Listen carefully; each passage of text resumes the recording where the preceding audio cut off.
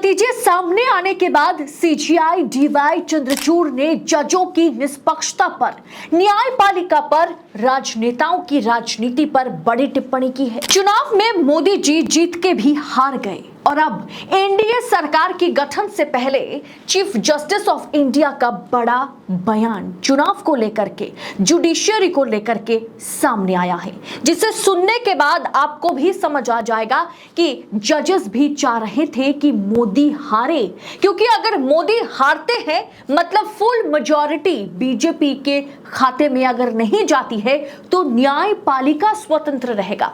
पूरा मामला क्या है, सीजीआई डीवाई चंद्रचूड़ ने क्या कुछ कहा है और उसके मायने क्या है, बताएंगे आगे आपको वीडियो में विस्तार से, तो वीडियो को आखिर तक देखिएगा। नमस्कार, स्वागत है आप सभी का देश नीति पर। देश नीति, केवल सच्ची और पक्की खबरें। न्यायपालिका जुडिशियरी को निष्पक्ष और स्वतंत्र कैसे रखा जा सकता है, इस सवाल का जवाब माना जाता है कि न्यायपालिका और कार्यपालिका के बीच सत्ता का संतुलन बना के रखा जाना चाहिए। दरअसल न्यायपालिका से ज्यादा अगर सरकार शक्तिशाली होती है तो कार्यपालिका के आगे यानी सरकार के आगे न्यायपालिका को झुकना पड़ता है। मतलब अगर सरकार बहुमत की सरकार है, शक्तिशाली सरकार है, तो फिर सरकार के आगे सुप्रीम कोर्ट को झुकना पड़ेगा। और अगर गठबंधन की सरकार हो, अगर मिलीजुली सरकार हो, अगर कोलिजन की सरकार हो, तो फिर न्यायपालिका अपने आप को शक्तिशाली बना के रख पाता है। इसीलिए 2024 के नतीजे ने फिर एक बार न्यायपालिका को दबाव से मुक्त कर दिया, ऐसा कहा जा रहा है। लेकिन 240 सीटें लाके नरेंद्र मोदी अकेले के दम पर बहुमत के साथ सरकार बना नहीं पा रहे हैं और इस चुनावी नतीजे पर, चुनाव पर, जुडिशियरी पर सीजीआई डीवाई चंद्रचूड़ का बड़ा बयान सामने आया। सीजीआई बोले कि चुनाव भारत के संवैधानिक लोकतंत्र का मूल आधार है। जजों को उनके फैसलों से राजनीति पर पड़ने वाले असर से परिचित होना चाहिए। जब देश में 4 जून को नतीजे की घोषणा हुई तो chief justice of India D Y Chandrachud ने ऑक्सफोर्ड यूनिवर्सिटी में एक कार्यक्रम में थे वो वहां पर, और उन्होंने वहां पर कहा कि चुनाव भारत के संवैधानिक लोकतंत्र का मूल आधार है।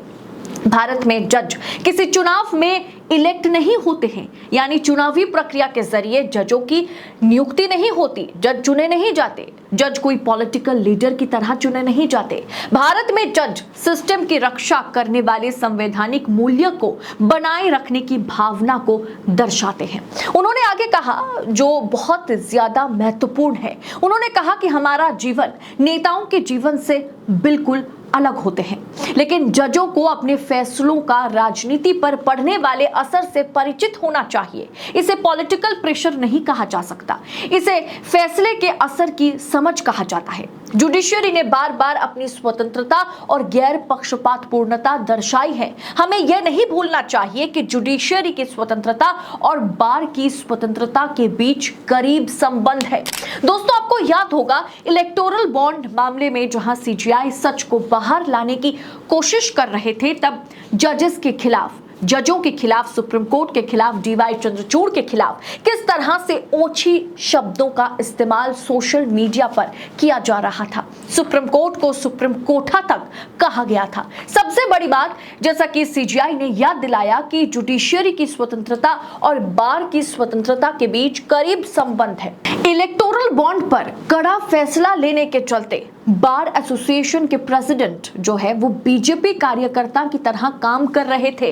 उन्होंने इलेक्टोरल बॉन्ड मामले में चंद्रचूड़ को पत्र लिखा था, इस फैसले पर फिर से विचार करने के लिए कहा था। तमाम वकीलों के साथ मिल करके जो बार एसोसिएशन के प्रेसिडेंट हैं, उन्होंने सीजीआई को फिर से पत्र लिखा था।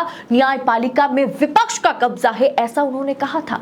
लेकिन आज नतीजे आने के बाद सीजीआई ने तमाम जजों के लिए यह संदेश दे दिया कि जजों की, न्यायपालिका की, बार एसोसिएशन की निष्पक्षता जरूरी है। और दोस्तों, सबसे ज्यादा सोचने की बात यह है, आप कह सकते हैं कि खुशी की बात है कि अगर बीजेपी की 2/3 मेजॉरिटी आ जाती, सबसे पहले न्यायपालिका पर हमला होता। यह आप लिख के रख लीजिए, पहले भी मैंने आपको बताया था।